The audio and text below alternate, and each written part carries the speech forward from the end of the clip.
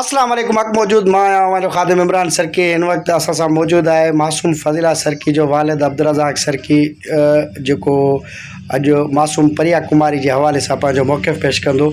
जी अब्दुर्रज़ाक sir की मासूम प्रिया कुमारी के हवाले से अवांजा कहिड़ा तासुरात आहिनि? प्रिया कुमारी असांजी पंहिंजी न्याणी भी फजीला सर की 23 मार्च 2007 ते अगवा थी वई। उन खां बाद इन न्याणी के भी अगवा कयो वियो ऐं जहिड़ो असांखे पंहिंजी न्याणी जो ॾुखु आहे तहिड़ो इन जो भी ॾुखु आहे। हे जेके सरदार वॾेरा ऐं सैयद इहे फ़िरौन भी आहिनि, यज़ीज़ भी आहिनि ऐं अबू जहल जे टोले जा भी आहिनि।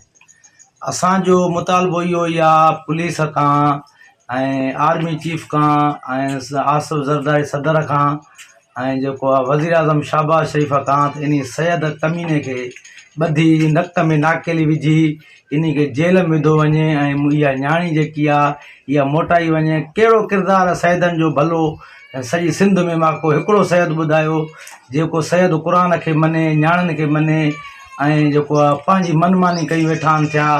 मां DIG के ऐं IG के अपील थो कयां त तव्हां इनखे गिरफ़्तार कयो। जो तव्हां खां ॻाल्हि चढ़ियल आहे त इनखे आर्मी चीफ ऐं DG रेंजर्स इनखे गिरफ़्तार करे ऐं इनखे मेरिट जे हिसाब सां इनखे रसो ॻिची में विझी गेले करे न्याणी इन को मनवाए इन को वापसि वठनि।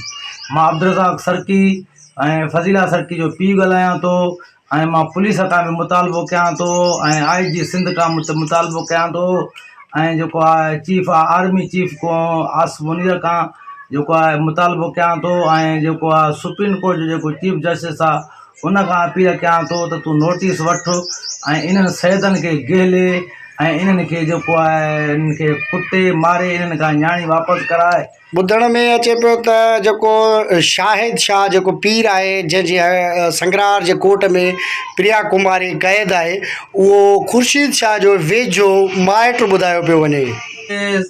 ख़ुर्शीद शाह जे ख़ानदान खे सैयद चवण ई गुनाह आहे, छो जो सिंध जा दुश्मन, क़ौम जा दुश्मन ऐं जेके भी धाड़ेल ऐं ॾुहियारी इहे सैयदनि ऐं वॾेरनि जा त पालियल आहिनि। सो इन सैयद खे गिरफ़्तार कयो वञे ऐं सैयद खां न्याणी वापसि कराई वञे ऐं जेको असां जेको आहे पंहिंजी न्याणी जे लाइ बि आवाज़ु उथाईंदा, इन न्याणी जे लाइ बि आवाज़ु उथाईंदा। असांखे कंहिंजी बि परवाह न आहे सवाइ अलाह जे ज़ात जी। ऐं पीपल्स पार्टी आहे गुंडनि ऐं धाड़ेलनि जी पार्टी ऐं जेके सभई तव्हां ॾिसी वञो कहिड़ो इन में चङो माण्हू आहे। सभई इहे वॾेरा जागीरदार सरदार ऐं जेके बि आहिनि सभु ज़ालिमनि। इन्हनि में को हिकिड़ो माण्हू मूंखे तव्हां ॿुधायो जेको को दीनदार हुजे, जंहिंमें को रहम हुजे। इहो नथो मञे त इहे पीपल्स पार्टी वारा क़ुर शरीफ़ खे मञींदा बि न आहिनि। इन करे सैयद चवण ई गुनाह आहे।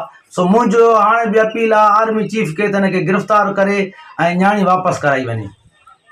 जी अभी मासूम फजीला सरकी जे वालिद मोहतरम अब्दुर्रज़ाक सरकी जा वीचार ॿुधा हिनी जेको IG सिंध DIG सखर ऐं आर्मी जे चीफ खां जेको पुरज़ोर मुतालबो कयो आहे त संदन फजीला सरकी समेत मासूम प्रिया कुमारी खे बाज़ियाब करायो वञे।